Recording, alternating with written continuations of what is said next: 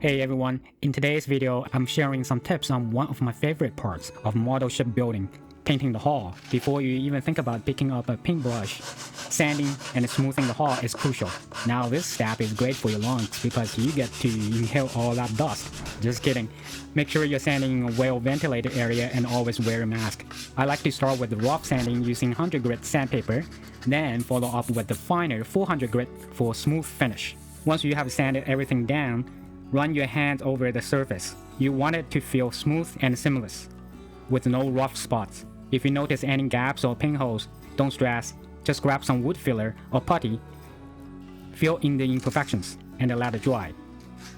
I usually go with a natural colored filler, then sand off the excess once it's set.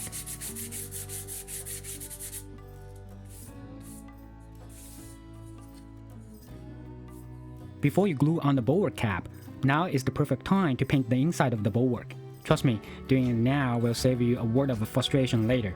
For this, I like to use a fine brush and some multi-surface acrylic paint. Once it's dry, we can move on to finishing the bulwark cap and adding the rest of the hull details, like the gunnels.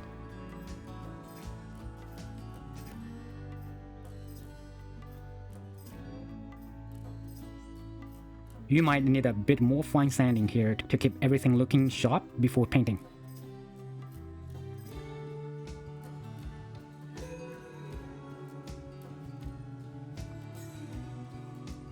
Now it's time to pick up a paintbrush.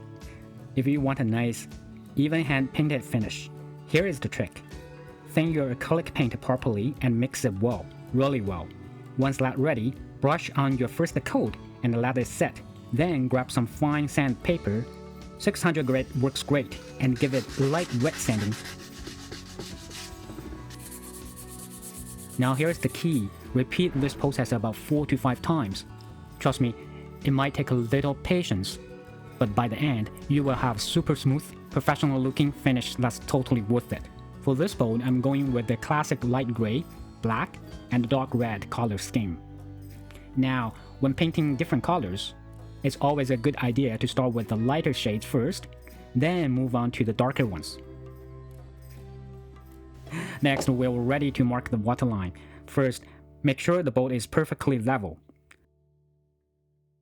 Then, using the 1:1 scale ship plan, determine the correct height for the waterline and mark it with the pencil. No fancy tools needed here.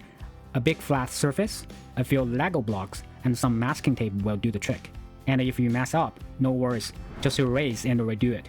Over the years, I find that Tamiya's 3mm curved masking tape works best for covering waterlines. If you're looking for some, I've linked it in the video description below.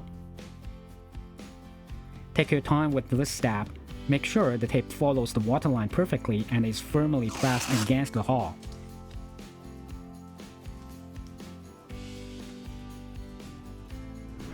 To prevent paint bleeding, here is a neat trick. First, paint over the tape with light gray to seal the edges. Once that's dry, go ahead and apply the dark red over.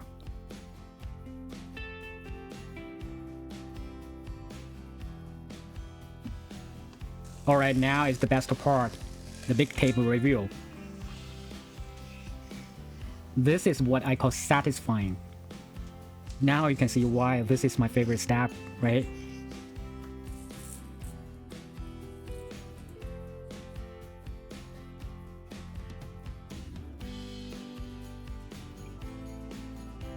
Well, a few final touch-ups may be required to fix any imperfections, and we're done. That's it for today. In the next video, we will dive into wood finishes and the products I like to use. Catch you in the next one.